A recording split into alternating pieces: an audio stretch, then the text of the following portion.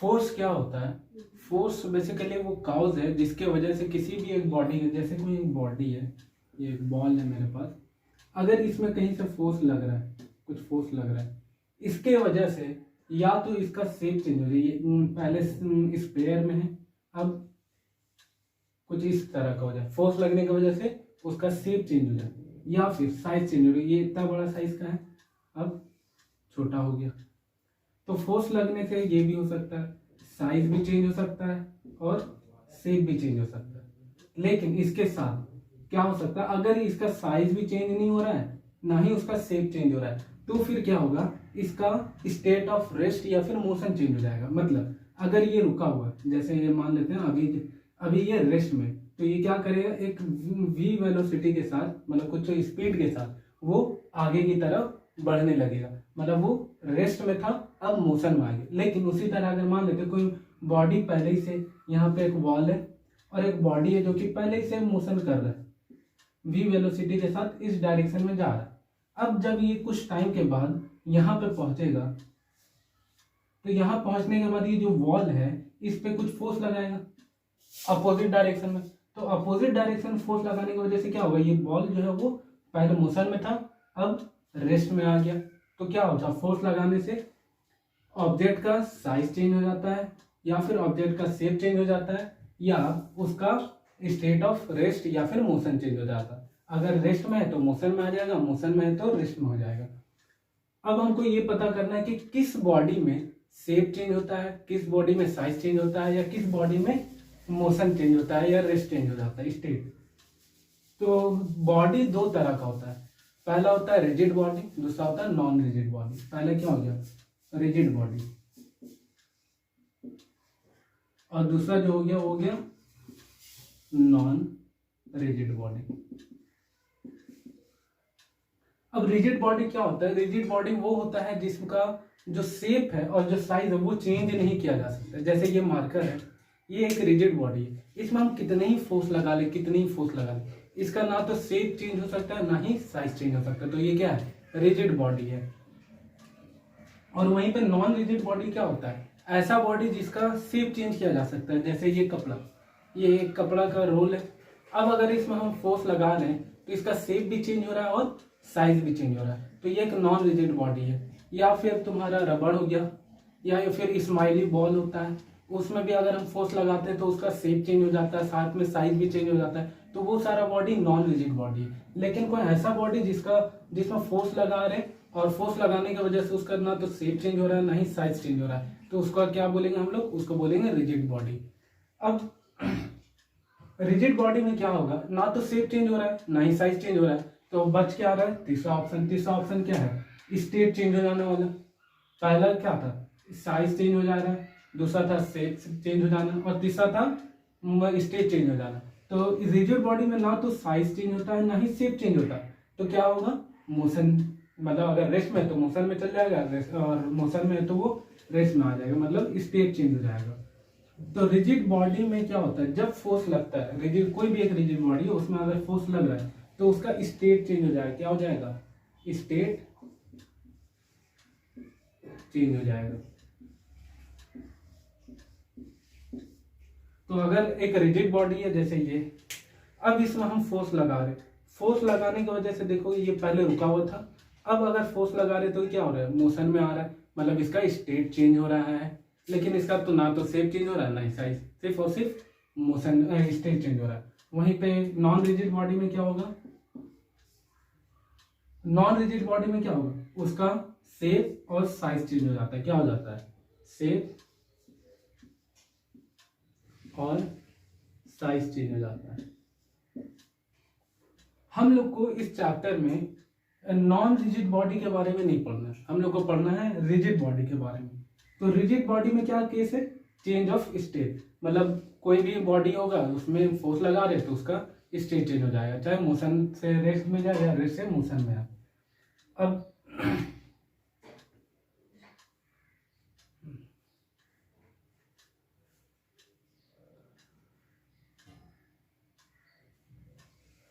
अब जैसे हम लोग मान लेते हैं कोई एक बॉडी है मेरे पास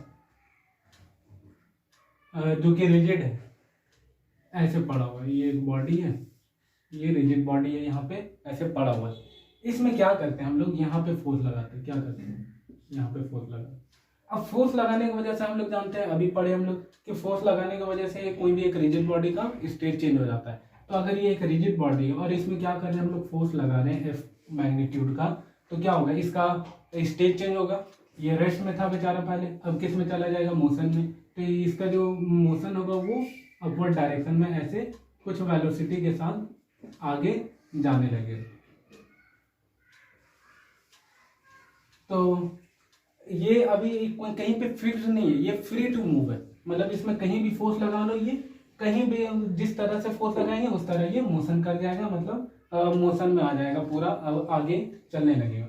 लेकिन वहीं पे अगर यही बॉडी को हम लोग क्या करते हैं, एक जगह फिक्स कर देते हैं, जैसे सेम बॉडी है और हम क्या किए, यहाँ पे इसको पाइवट कर दिए, मतलब उसको फंसा दिए कहीं किसी चीज से, कांटे से, या फिर उसको हम लोग अटका दिए कहीं पे। अब क्या होगा, अगर हम लोग सेम पोजीशन चेंज नहीं करें, यहाँ पे फोर्स लगा रहे थे, सेम पोजीशन में हम लोग फोर्स लगाते हैं। अब फोर्स लगाएंगे तो क्या होगा, इसमें भी तो मोशन आएगा, हाँ वाजिब सी बात है आएगा। तो जब इसमें मोशन आएगा, लेकिन ये तो फिक्स है यहाँ पे, अब इसको हम लोग देखते हैं इसका रिजल्ट क्या होगा। जैसे मान लेते हैं ये मेरे पास ये मार्कर है, यहाँ पे ये फिक्स है, ऐसे इसको फिक्स कर दिए। अब अगर हम यहाँ से फोर्स लगा रहे हैं, तो फोर्स लगाने की वजह से क्या हो रहा है, देखो मोशन कैसा हो रहा है, ऐसे घूम रहा है। और वहीं पे पहला वाला कंडीशन में क्या था, ये मार्कर था, ऐसे यहाँ पे फोर्स लग रहा था, तो फोर्स लगने की वजह से ये क्या हो रहा था, मूव कर रहा था ऊपर डायरेक्शन में। लेकिन सेकंड केस में क्या हुआ, जब वो फिक्स हो गया, तो फिक्स होने की वजह से जब सेम पोजीशन में अगर फोर्स लग रहा है, तो ये कैसा मोशन कर रहा है, सर्कुलर मोशन कर रहा है, रोटेट कर रहा है। तो पहला वाला जो मोशन है, ये वाला, जब बॉडी फ्री टू मूव होता है और उस समय किसी उस बॉडी में अगर कोई फोर्स लग रहा है, तो कौन सा मोशन करेगा, लीनियर मोशन करेगा। कैसा मोशन करेगा, लीनियर मोशन। तो लीनियर मोशन किसे कहते हैं, जब कोई बॉडी फ्री टू मूव होता है और उसमें अगर कोई फोर्स लग रहा है, तो वो क्या होगा, एक स्ट्रेट पाथ में फोर्स की डायरेक्शन में, किस डायरेक्शन, फोर्स की डायरेक्शन में, ये ध्यान रखना, किस डायरेक्शन में इस बॉडी का मोशन होगा, फोर्स जिस डायरेक्शन में जा रहा है सेम उसी डायरेक्शन, देखो फोर्स इधर लग रहा है तो इसका मोशन भी इधर ही हो रहा है। तो जिस डायरेक्शन में फोर्स लग रहा है उसी डायरेक्शन में अगर बॉडी मूव कर रहा है, तो इसको क्या बोलेंगे हम लोग, लीनियर मोशन बोलेंगे। क्या बोलेंगे, लीनियर मोशन। लेकिन वहीं पे अगर कोई बॉडी है जो कि एक जगह पाइवेटेड है किसी पॉइंट पे, और उसमें अगर कहीं पे फोर्स लग रहा है, तो फोर्स लगने की वजह से इसमें क्या होगा, ये जो बॉडी है वो टर्न करने लगेगा, और टर्न करके क्या बनाएगा, एक रोटेशनरी मोशन करेगा। क्या करेगा, रोटेट करेगा अपना सेम पोजीशन में। तो इसको हम लोग बोलते हैं रोटेशनल मोशन। क्या बोलेंगे इसको हम लोग, रोटेशनल।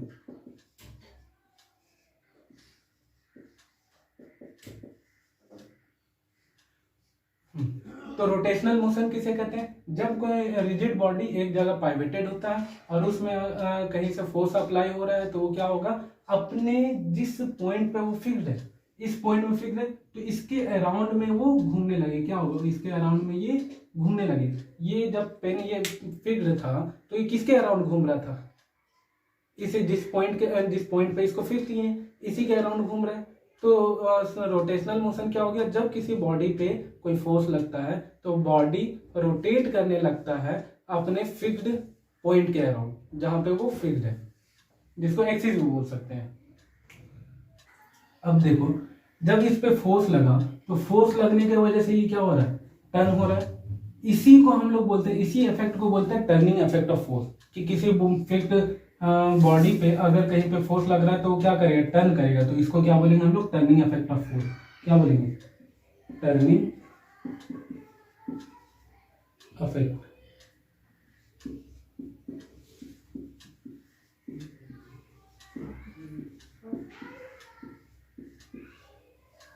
अब ये जो टर्निंग इफेक्ट ऑफ फोर्स है, मतलब जो टर्न करेगा, ये किस तरह से टर्न करेगा, कितने स्पीड से टर्न करेगा, स्लो टर्न करेगा, ये डिपेंड करता है हम दो चीज पे, हम लोग कहाँ पे फोर्स लगा रहे हैं पहला, और दूसरा कितना मैग्नीट्यूड का फोर्स लगा रहे हैं। जैसे अगर ये बॉडी है,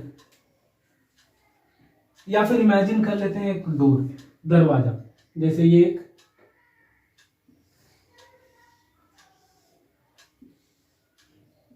एक दरवाजा है, ठीक है। यहाँ पे ये फिक्स्ड हिंज है यहाँ पे। अब हम लोग बेसिक जब भी रेगुलर बेसिस पे दरवाजा खोलते हैं तो कहाँ पे फोर्स लगाते हैं? यहाँ पे फोर्स लगाते हैं लास्ट में, जहाँ पे दरवाजा खोलने के लिए होता है हैंडल। अब यहाँ पे हम लोग फोर्स लगाते हैं, और कभी तुम क्या करना, यहाँ पे ना फोर्स लगा के कहाँ पे लगाना है, यहाँ पे बीच में, और फिर एज्यूम करना कि फोर्स तुमको ज्यादा लगाना पड़ रहा है या कम लगाना पड़ रहा है। तो क्या होता है जब हम लोग फोर्स यहाँ पे लगाते हैं, यहाँ पे लगा रहे हैं लास्ट में, तो क्या होता है इसका यहाँ जहाँ पे ये फिक्स्ड है उससे उस पॉइंट का जहाँ पे हम लोग फोर्स लगा रहे हैं उसका डिस्टेंस ज्यादा होता है। तो जब डिस्टेंस ज्यादा होता है जहाँ पे हम लोग फोर्स लगा रहे हैं वहां का, और जहाँ पे वो रोटेट कर रहा है, मतलब point of axis of rotation, और जहाँ पे पॉइंट हम लोग फोर्स लगा रहे हैं वहां के बीच का अगर डिस्टेंस ज्यादा है तो हम लोग को कम फोर्स लगाना पड़ेगा। क्या करना पड़ेगा? कम फोर्स लगाना पड़ेगा। और टर्निंग इफेक्ट ऑफ फोर्स जो है वो ज्यादा क्रिएट होगा। मतलब अगर डिस्टेंस ज्यादा हुआ तो टर्निंग इफेक्ट क्या होगा? ज्यादा होगा। तो डिस्टेंस ज्यादा हुआ तो टर्निंग इफेक्ट जो है ये डिपेंड किया पहले तो डिस्टेंस पे। जैसे डिस्टेंस ज्यादा होगा तो वैसे टर्निंग इफेक्ट भी ज्यादा होगा। अच्छा, दूसरा, हम लोग जोर से दरवाजा बंद करते हैं तो दरवाजा जल्दी स्पीड से जाके बंद होता है, और धीरे बंद करते हैं तो दरवाजा धीरे से बंद होता है। मतलब जितना हम लोग फोर्स लगा रहे हैं उस पर भी डिपेंड कर रहा है। तो पहले तो डिस्टेंस पे डिपेंड किया, दूसरा फोर्स पे डिपेंड किया कि कितना फोर्स लगा है। अब ये जो टर्न हो रहा है और तो ये दो चीज पे डिपेंड किया, डिस्टेंस और फोर्स के बीच पे। अब इसको हम लोग यूज कैसे करें? इसको यूज करने के लिए हम लोग एक कॉन्सेप्ट लाए हैं जिसको बोलते हैं moment of force. Moment of force क्या होता है? ये दोनों का प्रोडक्ट। मोमेंट ऑफ फोर्स क्या होता है? Moment of force is equal to force, यानी कितना हम लोग फोर्स अप्लाई किए, कितना मैग्नीट्यूड का फोर्स अप्लाई किए, मल्टीप्लाइड बाय डिस्टेंस। डिस्टेंस कौन सा distance? Perpendicular distance. Perpendicular distance from point of axis of rotation to the point at which force applied. तो ये क्या हो गया? ये हो गया moment of force. Moment of force is equal to force into perpendicular distance from the axis of rotation. अब ये जो मोमेंट ऑफ फोर्स है, मोमेंट ऑफ फोर्स जो होता है ना, ये वेक्टर क्वांटिटी। क्या है? एक vector quantity. Moment of force जो है वो एक वेक्टर क्वांटिटी। ये पहला पॉइंट हो गया। दूसरा, इसका एसआई यूनिट क्या होगा? हम लोग को मालूम है कि फोर्स का एसआई यूनिट क्या होता है? न्यूटन होता है। तो फोर्स की जगह पे हम लोग रखेंगे न्यूटन। और डिस्टेंस का एसआई यूनिट क्या होता है? ये भले परपेंडिकुलर डिस्टेंस है लेकिन है तो डिस्टेंस। तो डिस्टेंस का एसआई यूनिट क्या होता है? मीटर होता है। तो मल्टीप्लाइड बाय मीटर। तो ये क्या हो गया? Newton metre. क्या हो गया? Newton metre. तो एसआई यूनिट क्या हो गया मोमेंट ऑफ फोर्स का? वो हो गया न्यूटन मीटर। हाँ, पहला क्या हो गया? Moment of force is equal to force into perpendicular distance. It is a vector quantity and its SI unit is newton metre. अब ये जो मोमेंट ऑफ फोर्स होता है ना, ये दो तरह का होता है। जो मोमेंट ऑफ फोर्स होता है वो दो तरह का होता है। क्यों? क्योंकि ये एक वेक्टर क्वांटिटी है। तो जब एक वेक्टर कोई भी क्वांटिटी अगर एक वेक्टर क्वांटिटी है तो वो उसका डायरेक्शन तो होगा। अगर कोई क्वांटिटी वेक्टर क्वांटिटी है तो उसका डायरेक्शन होगा और साथ में मैग्नीट्यूड भी होगा। तो अगर इसका डायरेक्शन बदल ले तो टाइप भी बदल जाएगा। मतलब जैसे ये एक बॉडी है जो कि रिजिड है, मान लेते हैं यहाँ पे रिजिड है, ठीक है। अब इसमें क्या होगा? यहाँ पे अगर हम लोग फोर्स लगाएं, यहाँ पे फोर्स लगा रहे हैं तो ये क्या कैसा मोशन करेगा? ऐसा मोशन करेगा। जैसे ये ऐसा है, यहाँ पे फोर्स लगा रहे, कैसा मोशन कर रहा है? ऐसा मोशन कर रहा है। अब ये बताओ हमको, ये घड़ी की डायरेक्शन में है या फिर घड़ी के उल्टे डायरेक्शन में? मतलब क्लॉकवाइज जा रहा है, इसका जो मोशन है ये क्लॉकवाइज है, घड़ी के जैसा है, या फिर एंटी क्लॉकवाइज है, घड़ी के उल्टे डायरेक्शन में। तो ये क्या कैसा जा रहा है? ऐसे जा रहा है। तो यहाँ पे 12 बजता है ना, 12 से घड़ी में क्या जाता है? 11, 1 जाता है, फिर 2 जाता है, फिर 3 जाता है। लेकिन ये कैसा है? 12 से उल्टा जा रहा है। मतलब ये एंटी क्लॉक, 12 से 11, फिर 10, फिर 9 ऐसे बज रहा है। तो मतलब ये क्या हो गया? ये हो गया एंटी क्लॉकवाइज। ये क्या हो गया? Anti clockwise.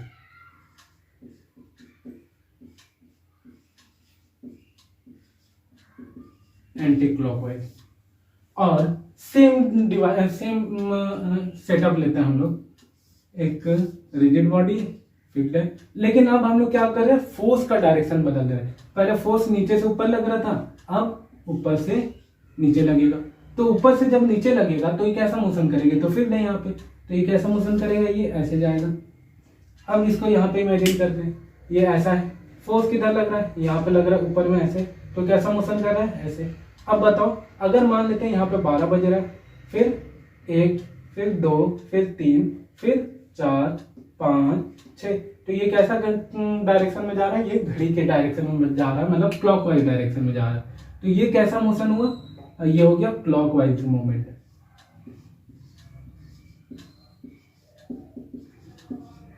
तो दो तरह का मूवमेंट होता है, डायरेक्शन पे डिपेंड करता है, पहला एंटी क्लॉकवाइज, दूसरा क्लॉकवाइज। एंटी क्लॉकवाइज जब कब होगा, जब फोर्स लगाने की वजह से जो apparatus का मोशन है वो किधर हो, एंटी क्लॉकवाइज, यानी घड़ी के उल्टे डायरेक्शन में हो, तो उसको हम लोग क्या बोलेंगे, एंटी क्लॉकवाइज मूवमेंट। और वहीं पे अगर फोर्स लगाने की वजह से जो बॉडी का मूवमेंट है वो किधर जा रहा है, क्लॉकवाइज हो रहा है, तो उसको क्या बोलेंगे हम लोग, क्लॉकवाइज मूवमेंट। अब हम लोग जब भी मोमेंट ऑफ फोर्स का काउंट करते हैं तो उसका जो मैग्नीट्यूड है वो डिपेंड करता है एंटी उसका डायरेक्शन पे। अगर जो मोमेंट है वो एंटी क्लॉकवाइज है, कैसा है, एंटी क्लॉकवाइज, तो उसको हम लोग पॉजिटिव लेंगे, मोमेंट ऑफ फोर्स क्या होगा, पॉजिटिव होगा। अगर हम लोग जो मोमेंट ऑफ फोर्स जो है वो पॉजिटिव होगा कब, जब मोशन जो है वो एंटी क्लॉकवाइज हो रहा है। और अगर मोशन क्लॉकवाइज हो रहा है तो मोमेंट ऑफ फोर्स जो है वो नेगेटिव हो जाएगा, क्या हो जाएगा, नेगेटिव। तो मोमेंट ऑफ फोर्स पॉजिटिव भी होता है और नेगेटिव भी होता है। पॉजिटिव कब होता है, जब जो मोशन हो रहा है वो एंटी क्लॉकवाइज हो रहा है, मतलब जो टर्न हो रहा है, टर्निंग इफेक्ट क्रिएट हो रहा है, वो कैसा हो रहा है, एंटी क्लॉकवाइज, तो मोमेंट ऑफ फोर्स पॉजिटिव होगा। और अगर मोमेंट जो टर्निंग इफेक्ट है वो कैसा क्रिएट हो रहा है, क्लॉकवाइज हो रहा है, तो मोमेंट ऑफ फोर्स क्या होगा, नेगेटिव होगा। ये क्वेश्चन आता है एग्जाम में कि मोमेंट ऑफ फोर्स कब पॉजिटिव होता है, कब नेगेटिव होता है। तो पॉजिटिव कब होता है, जब एंटी क्लॉकवाइज हो, और नेगेटिव कब होता है, जब क्लॉकवाइज हो। अच्छा, इसके बेसिस पे, मोमेंट ऑफ फोर्स के बेसिस पे एक क्वेश्चन पूछा जाता है कि मोमेंट ऑफ फोर्स किस किस फैक्टर पे डिपेंड करता है, factor affecting moment of force बताइए।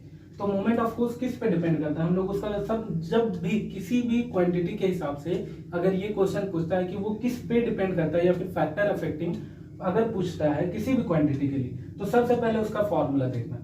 अगर मोमेंट ऑफ फोर्स का पूछ रहा factor affecting moment of force, तो हमको मोमेंट ऑफ फोर्स का फॉर्मूला याद हो जाना चाहिए। तो मोमेंट ऑफ फोर्स क्या होता है, मोमेंट ऑफ फोर्स होता है force into perpendicular distance, force into perpendicular distance. तो ये हो गया moment of force equal to force into perpendicular distance. इतना याद रखना कि जिस क्वांटिटी के बारे में पूछ रहा है उसका फॉर्मूला में जो जो क्वांटिटी है उसी पे वो डिपेंड करेगा। अगर हम लोग फोर्स बढ़ा देंगे तो मोमेंट ऑफ फोर्स भी तो बढ़ जाएगा, अगर हम डिस्टेंस बढ़ा देंगे तो मोमेंट ऑफ फोर्स भी बढ़ जाएगा, बढ़ेगा ही नहीं बढ़ेगा। तो ये वाजिब सी बात है, यहाँ पे बढ़ेगा। अगर मोमेंट ऑफ फोर्स बढ़ा दे रहे तो ये भी बढ़ेगा, सॉरी फोर्स बढ़ा दे रहे तो मोमेंट ऑफ फोर्स बढ़ेगा, और डिस्टेंस बढ़ा रहे तो भी मोमेंट ऑफ फोर्स बढ़ेगा। तो मतलब इसी दोनों पे डिपेंड कर रहा होगा। पहला जो होगा वो मैग्नीट्यूड ऑफ फोर्स, यानी कितना क्वांटिटी, कितना मैग्नीट्यूड का, कितना ताकत हम लोग लगा रहे हैं। पहला हो गया magnitude,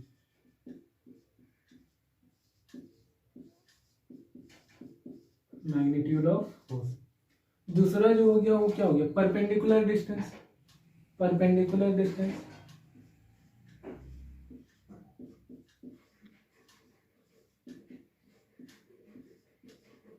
perpendicular distance from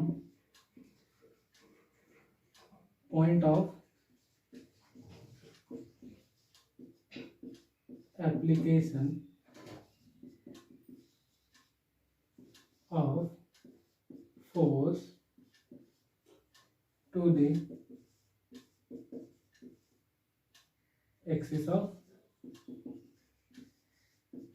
rotation.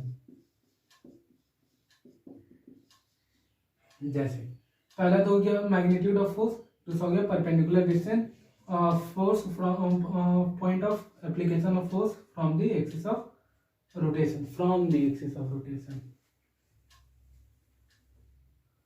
From the axis of rotation. जैसे ये एक बॉडी था जो कि यहाँ पे फिक्स्ड है और यहाँ पे इस पॉइंट पे हम लोग फोर्स लगा रहे हैं। तो ये जो बॉडी है ये इस लाइन के अराउंड मूव करेगा, ऐसे ऐसे मूव करेगा। तो इस पॉइंट से जहां पे फोर्स लग रहा है यहाँ से यहाँ तक का दूरी ये क्या हो जाएगा, ये परपेंडिकुलर, यहाँ से यहाँ तक का दूरी एक परपेंडिकुलर डिस्टेंस। ये फोर्स कहाँ लग रहा है, यहाँ पे लग रहा है। तो यहाँ से यहाँ तक का जो दूरी है आर सपोज कर लेते हैं या डी सपोज कर ले, हम लोग डी लेके चल रहे हैं तो डी ही मान लेते हैं। तो ये क्या हो गया, point of application of force from, और ये हो गया point of rotation, axis of rotation. तो यहाँ से यहाँ तक का जो दूरी है उसको डिस्टेंस मान ली। तो ये अगर बढ़ेगा तो मोमेंट ऑफ फोर्स बढ़ेगा और साथ में मैग्नीट्यूड ऑफ फोर्स, ये फोर्स भी बढ़ेगा। अगर अभी एफ अप्लाई हो रहा तो फिर मान लेते हैं एक बार घूमा, लेकिन अगर हम यहाँ पे 2F लगा देते तो वो 2 बार घूमेगा। तो अगर हम लोग मैग्नीट्यूड ऑफ फोर्स बढ़ा दे रहे हैं तो टर्निंग इफेक्ट ज्यादा क्रिएट हो रहा है। तो ये दो फैक्टर पे डिपेंड करता है। इसके बाद जो कॉन्सेप्ट आता है उसको बोलते हैं कपल। कपल क्या होता है, कपल बेसिकली जब दो इक्वल मैग्नीट्यूड का फोर्स अपोजिट डायरेक्शन में अप्लाई होता है। जैसे ये एक बॉडी है यहां पे फिक्स है, अब इसमें क्या हो रहा है, एक F मैग्नीट्यूड का फोर्स यहां से अप्लाई हो रहा है और सेम ये F1 मान लेते हैं और सेम मैग्नीट्यूड का फोर्स F2 इधर से अप्लाई होता है। दोनों अपोजिट डायरेक्शन में, F1 is equal to F2। Magnitude दोनों F1 जितना होगा उतना ही F2 भी होगा, लेकिन दोनों अपोजिट डायरेक्शन में लगेगी। ये अपवर्ड डायरेक्शन में, ये डाउनवर्ड डायरेक्शन में।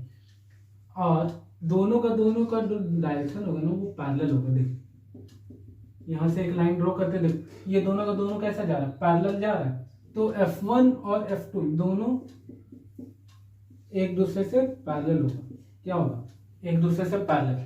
तो फिर इस जो पेयर फोर्सेस का, ये F1 और F2 का जो पेयर है, इसको एक साथ हम लोग क्या बोलेंगे, कपल बोलेंगे। तो कपल क्या हो गया, when two equal and opposite forces, opposite मतलब डायरेक्शन में, ये अपवर्ड जा रहा है ये नीचे जा रहा है। Two equal and opposite forces act on a body which make the body to rotate around its pivoted point. मतलब जिस पॉइंट में ये पाइवेटेड है उसके अराउंड में ये मोशन क्रिएट करे, ये इधर मोशन क्रिएट कराएगा और ये इसके वजह से इधर। तो ये देखो दोनों, ये F1 की वजह से जो मोशन क्रिएट हो रहा है वो भी एंटी मोमेंट क्रिएट हो रहा है, वो भी एंटी क्लॉकवाइज है। और F2 की वजह से भी जो मोमेंट क्रिएट हो रहा है वो भी एंटी क्लॉकवाइज है, ये भी एंटी क्लॉकवाइज है, ये भी एंटी क्लॉकवाइज है। तो दोनों के वजह से जो भी डायरेक्शन क्रिएट होगा मोमेंट का वो सेम होगा, दोनों सेम होगा। दोनों का जो मोशन का मोमेंट होगा वो क्या होगा, सेम होगा, एंटी होगा या फिर क्लॉक। अगर इसका क्लॉक होगा तो इसका भी क्लॉक होगा, इसका एंटी होगा तो इसका भी एंटी होगा। लेकिन दोनों F1 और F2 जो है वो एक दूसरे से पैरेलल होगा, दोनों इक्वल मैग्नीट्यूड का होगा और दोनों अपोजिट होगा डायरेक्शन में। F1 is always opposite in direction to F2। F2 के मुकाबले में F1 हमेशा अपोजिट होगा डायरेक्शन में, दोनों एक दूसरे से अपोजिट डायरेक्शन में होगा। अब जिस तरह से फोर्स का मोमेंट ऑफ फोर्स था उसी तरह कपल का भी ना मोमेंट ऑफ कपल होता है, मोमेंट ऑफ कपल।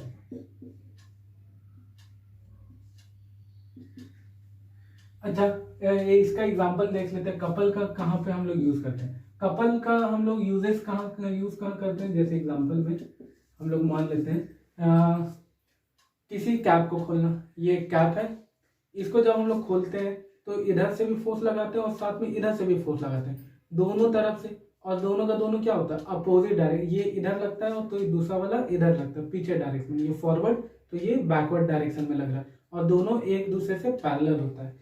तो कोई कैप खोलने में या फिर जैसे ये एक तरह का रेंच है जो कि नट खोलने में मदद यूज किया जाता है। अब यहाँ पे क्या होता है, इसमें हम लोग उस नट को फंसा देते हैं और फिर हम लोग यहाँ से कपल लगाते हैं, एक इससे और एक इससे, दोनों से फोर्स लगाते हैं। दोनों कैसा होगा, अपोजिट होगा, ये इधर लग रहा है, ये इधर लग, अगर ऐसा पकड़ के हम लोग दोनों एक ही डायरेक्शन में लगाए तो ऐसे खुलेगा नहीं, खुलेगा नहीं।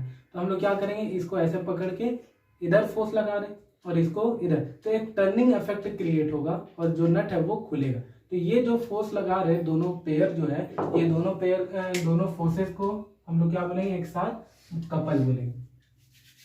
अब मोमेंट ऑफ कपल क्या होता है, मोमेंट ऑफ कपल सेम तरीका से डिराइव होगा। जैसे यहाँ पे हम लोग का क्या था, यहाँ पे सिर्फ एक फोर्स अप्लाई हो रहा है, लेकिन यहाँ पे दोनों फोर्स अप्लाई हो रहा है, लेकिन दोनों फोर्स का मैग्नीट्यूड क्या है, सेम है। तो क्या हो जाएगा, इधर फोर्सेस कोई भी फोर्स ले लो, या तो F1 ले लो या F2, कोई भी एक ले लो, तो moment of couple is equal to इधर फोर्सेस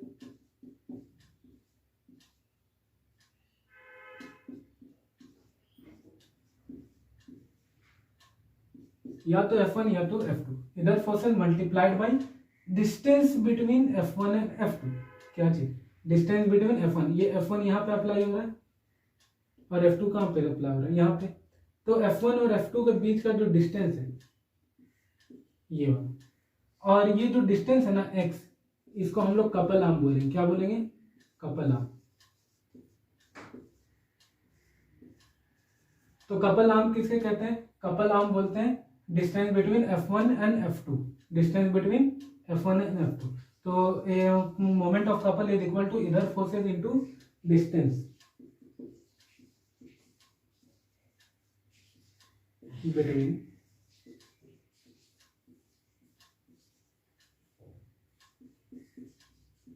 टू फोर्सेस F1 या F2।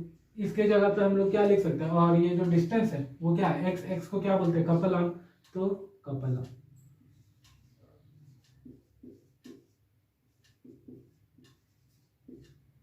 ये क्या हो गया, ये हो गया मोमेंट ऑफ फोर्स।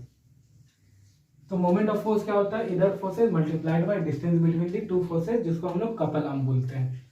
यानी moment of force is equal to इधर forces multiplied by couple arm. अब इसके बाद हम लोग को पढ़ना है तो इक्विलिब्रियम, ये कपल हो गया। इसके बाद हम लोग पढ़ेंगे इक्विलिब्रियम। इक्विलिब्रियम क्या होता है,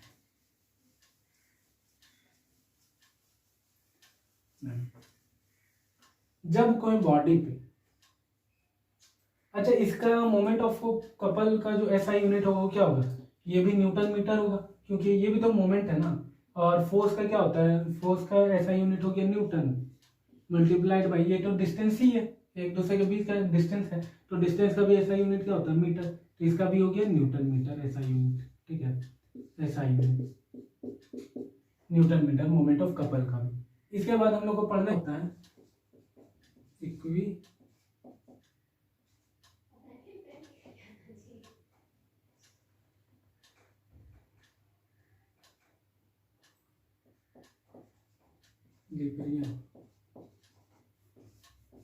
इक्विलिब्रियम क्या होता है, इक्विलिब्रियम होता है जैसे मान लेते कोई बॉडी है, ये एक बॉडी है, ये रेस्ट में, अभी इसमें बहुत सारा फोर्सेस लग रहा है, बहुत सारा, इधर से भी फोर्स लगा रहे हैं, इधर से भी बहुत सारा नंबर ऑफ फोर्सेस लगा रहे हैं, लेकिन इसका जो स्टेट है वो चेंज हो रहा है, नहीं हो रहा।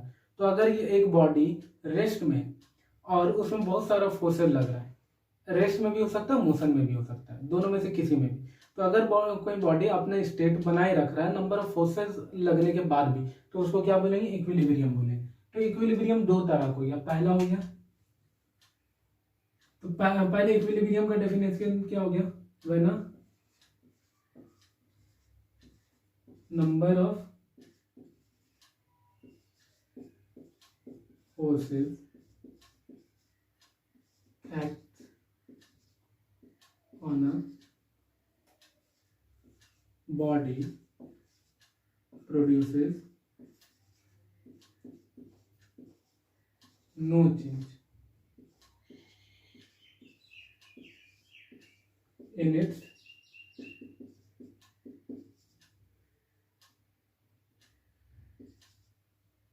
state of rest or motion. अगर रेस्ट में है तो वो रेस्ट में ही बना हुआ है, अगर मोशन में तो वो मोशन में ही चले जा रहा है, तो उसको हम लोग क्या बोलेंगे, इक्विलिब्रियम। अब इक्विलिब्रियम जो होता है ना, दो टाइप का होता है। पहला जो हो गया वो हो गया स्टैटिक इक्विलिब्रियम। क्या हो गया, स्टैटिक इक्विलिब्रियम। अब स्टैटिक इक्विलिब्रियम क्या हो गया, स्टैटिक मतलब होता है कोई चीज रुका हुआ, ठहरा हुआ। तो अगर कोई बॉडी रुका हुआ है पहले ही से, स्टेट में उसका जो स्टेट ऑफ मोशन है वो रेस्ट है। अगर वो कोई बॉडी ऐसे रुका हुआ पड़ा हुआ अपना कहीं पे, अब उसमें क्या हो रहा है, बहुत सारा फोर्सेस अप्लाई हो रहा है, बहुत सारा मतलब वन से ज्यादा कितना ही ले सकते हैं। एक फोर्स इधर लग रहा है, एक फोर्स ऐसे लग रहा है, एक फोर्स इधर से लग रहा है, एक फोर्स इधर से लग रहा है। F1, F2, F3, F4। तो एक बॉडी है जिसमें 4 फोर्सेज यहाँ पे हम अप्लाई कर रहे हैं, और ये चारों फोर्स अप्लाई करने के बाद भी इसमें ना तो ये इस और चारों का चारों इक्वल मैग्नीट्यूड का है, चारों का चारों क्या इक्वल मैग्नीट्यूड। जितना F1 का जो मैग्नीट्यूड है वो बराबर है F2 और F3 का जो मैग्नीट्यूड है वो बराबर है F4 का। तो मान लेते हैं कि F1 जो है वो 5 न्यूटन का है, तो F2 भी 5 होगा, F2 भी 5 होगा। और F3 और F4 अगर मान लेते हैं F3 तुम्हारा 10 न्यूटन का है तो F4 भी 10 न्यूटन का होगा। तो F1 भी तुम्हारा 5 न्यूटन का, F2 भी 5 न्यूटन का। दोनों इक्वल फोर्स लगा रहा है लेकिन अपोजिट डायरेक्शन में, इक्वल लगा रहा है लेकिन अपोजिट डायरेक्शन में। तो नेट फोर्स क्या हो जाएगा, नेट फोर्स हो जाएगा 0। क्यों, क्योंकि इक्वल है ना, इक्वल है और अपोजिट डायरेक्शन में, तो नेट फोर्स क्या हो जाएगा 0। तो F1 और F2 की वजह से इस बॉडी में कितना नेट फोर्स लग रहा है 0।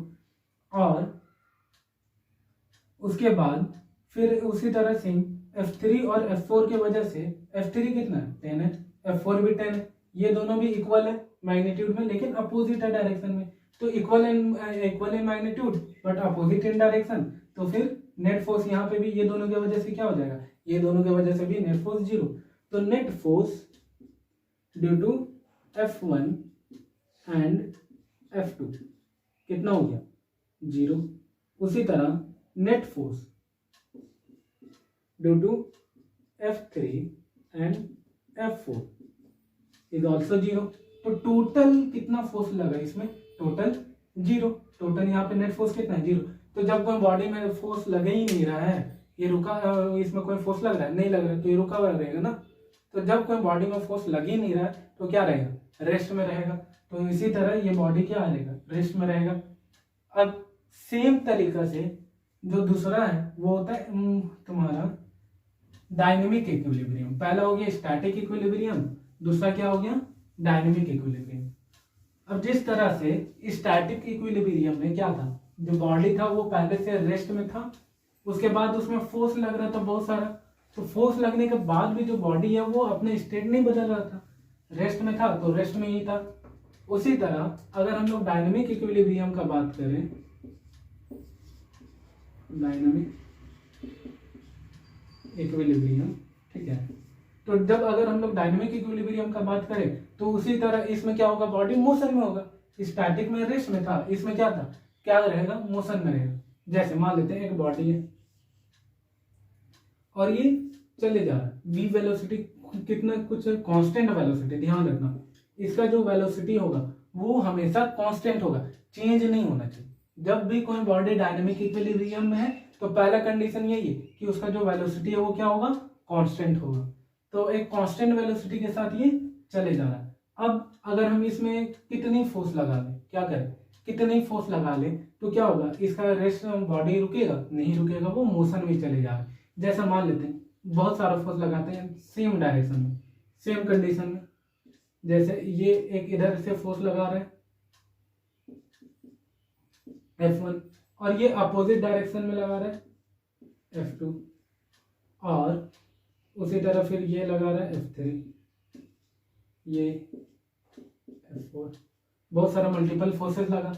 लेकिन F1 being opposite in direction to F2 और equal F1 is equal to F2, same चीज अप्लाई कर रहे हैं। F1 अपोजिट है डायरेक्शन में और लेकिन इक्वल है, तो F1 और F2 का जो नेट फोर्स होगा वो क्या हो जाएगा, 0।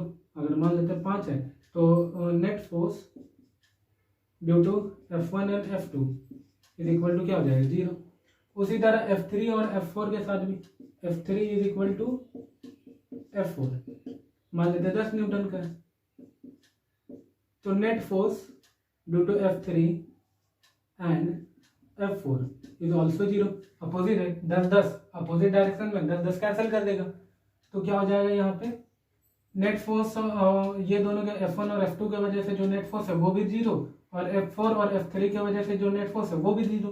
तो अगर ये बॉडी पहले से मोशन हो रहा था, घूम चले जा रहा था, अब ये बॉडी अगर चले ही जा रहा है, इसमें कोई फोर्स लगे ही नहीं रहा है, नेट फोर्स कितना है, 0, तो ये बॉडी तो चले जाएगा, कोई रोकने वाला है ही नहीं। तो नेट फोर्स 0 होने की वजह से ये बॉडी कांस्टेंट वेलोसिटी के साथ चलते ही जाएगा। तो इस कंडीशन को हम लोग क्या बोलेंगे, dynamic equilibrium.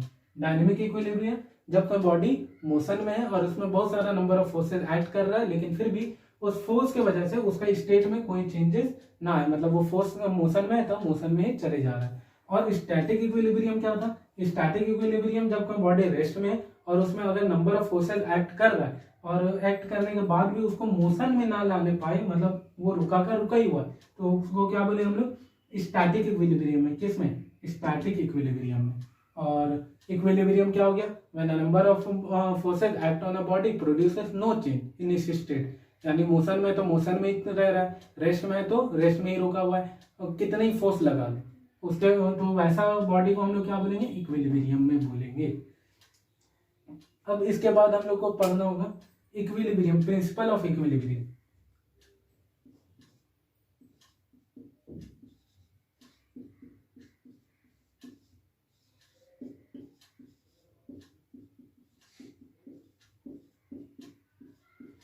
Principal of equilibrium. अब प्रिंसिपल ऑफ इक्विलिब्रियम क्या बोलता है कि जैसे एक तराजू है, या फिर मान लेते हैं ये एक बॉडी ले लेते हैं, ठीक है, एक बॉडी मेरे पास ये यहां से पाइवेटेड ऐसे फिक्स्ड है। अब इसमें दो फोर्सेस एक्ट कर रहे हैं, दो फोर्सेस, एक इधर एक्ट कर रहा है। अब ये जो फोर्स है, या मान लेते हैं ये इस तरह का कोई apparatus है, इस तरह का apparatus है, यहाँ पे कुछ वेट हम बांध के लटका दी। अब वेट बांध के लटकाने के बाद क्या होगा, ये तो ऐसे मुड़ जाएगा, ऐसे मुड़ जाएगा, तो यहाँ पे जो फोर्स लगेगा F1, इसके वजह से क्या होगा, इसका मोशन किधर होगा, इस तरह से मोशन होगा, ये क्या हो गया, क्लॉकवाइज। उसी तरह एक और बॉडी हम लोग, तो इसको हम लोग को ऐसे बैलेंस करना है, ये तो ऐसे गिर गया था ना, ऐसे गिर गया था, लेकिन इसको हमको इक्वल रखना है। तो हम लोग क्या करेंगे, ये अपोजिट वाला डायरेक्शन में, अपोजिट वाला साइड में सेम मास का या फिर जितना भी हिसाब लगा के हम लोग क्या करेंगे, वहां पे वेट लगाएंगे, मतलब अपोजिट आर्म में लगाएंगे। तो इस आर्म में हम लोग F1 लगाएं तो अपोजिट वाला आर्म में F2 लगा देंगे। अब F2 के वजह से ये तो नीचे ऐसे मोशन करा, इधर नीचे में डाउनवर्ड फोर्स लगा रहा है, तो इसके वजह से जो मोमेंट क्रिएट हो वो किधर जाएगा, इधर जाएगा। ये कैसा मोमेंट क्रिएट किया, एंटी क्लॉकवाइज। F2 के वजह से कैसा मोमेंट क्रिएट हो रहा है, एंटी क्लॉकवाइज। और F1 की वजह से कैसा क्रिएट हो रहा है, क्लॉकवाइज। तो F1 कैसे क्रिएट करा रहा है, क्लॉकवाइज, और F2 कैसा क्रिएट करा रहा है, एंटी क्लॉकवाइज। अब देखो दोनों, अगर O से, इस पॉइंट को हम लोग O मान लेते हैं, अगर O से F1 के बीच का जो दूरी है वो x है, क्या है, x है, और ये जो बॉडी है O, और यहाँ से F2 के बीच का भी जो दूरी है वो भी x है, मतलब दोनों का बीच का जो डिस्टेंस है वो सेम है, और दोनों का मास भी सेम है। अगर दोनों मान लेते हैं F1 जो है वो बराबर है F2 का, दोनों का मैग्नीट्यूड सेम है, F1 बराबर है F2 का, और दोनों सेम डिस्टेंस पे है O से, तो क्या होगा, वो तो बैलेंस हो जाएगा, ऐसा हॉरिजॉन्टल हो जाएगा, जितना ये नीचे गया दूसरे की वजह से ये ऐसे आके ये हॉरिजॉन्टल ऐसे सेटअप हो जाएगा। इसके वजह से यहाँ पे क्या हो रहा है, जितना एंटी क्लॉकवाइज मोमेंट क्रिएट हो रहा है वो तो नहीं क्लॉकवाइज मोमेंट क्रिएट हो रहा है। जैसे मान लेते हैं F1 जो है वो तुम्हारा 5 न्यूटन है, कितना है, 5 न्यूटन है, तो F2 भी 5 न्यूटन होगा।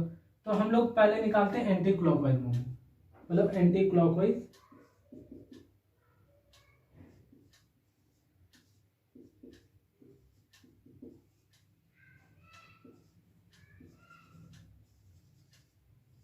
Anti clockwise movement. तो एंटी क्लॉकवाइज मूवमेंट निकालने के लिए क्या करेंगे हम लोग, फोर्स इनटू डिस्टेंस। तो फोर्स इनटू डिस्टेंस कितना हो गया, फोर्स कितना लग रहा है 5 न्यूटन का फोर्स लग रहा है, 5 न्यूटन का मल्टीप्लाइड बाय डिस्टेंस कितना है, ये मान लेते हैं हम लोग जो x है, x तुम्हारा 10 सेंटीमीटर है, कितना 10 सेंटीमीटर, मान मीटर में, अभी मान लेते हैं मीटर में, ठीक है। तो ये कितना हो गया 5 इंटू 10 मीटर, कितना हो जाएगा ये 5 10 या 50 न्यूटन मीटर। ये क्या हो गया, moment of anti clockwise moment कितना हुआ 50 न्यूटन मीटर। और उसी तरह फिर हम लोग ये क्लॉकवाइज निकालेंगे। तो क्लॉकवाइज क्या आ जाएगा, क्लॉकवाइज मोमेंट ऑफ फोर्स क्या हो जाएगा, फोर्स इनटू डिस्टेंस।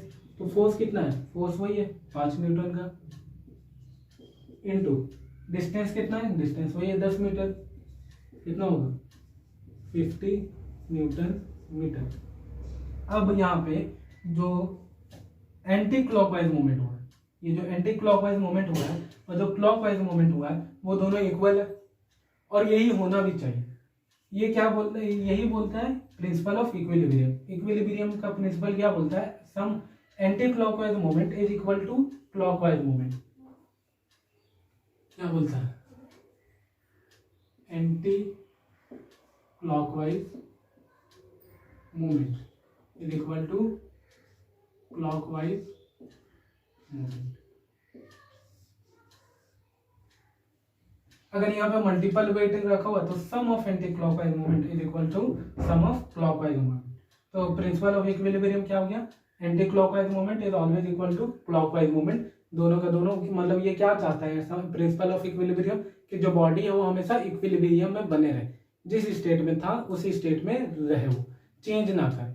पहले हॉरिजॉन्टल अलाइन था, अब फोर्स लगाने की वजह से तो चेंज हो गया, तो इसको वापस से हॉरिजॉन्टल करने के लिए किसी एक डिस्टेंस में हमको एक वेट लगाना पड़ेगा, जिससे ये वापस से बैलेंस हो जाए और ये हॉरिजॉन्टल अलाइन कर जाए। तो इसी को हम लोग क्या बोलते हैं, प्रिंसिपल ऑफ इक्विलिब्रियम।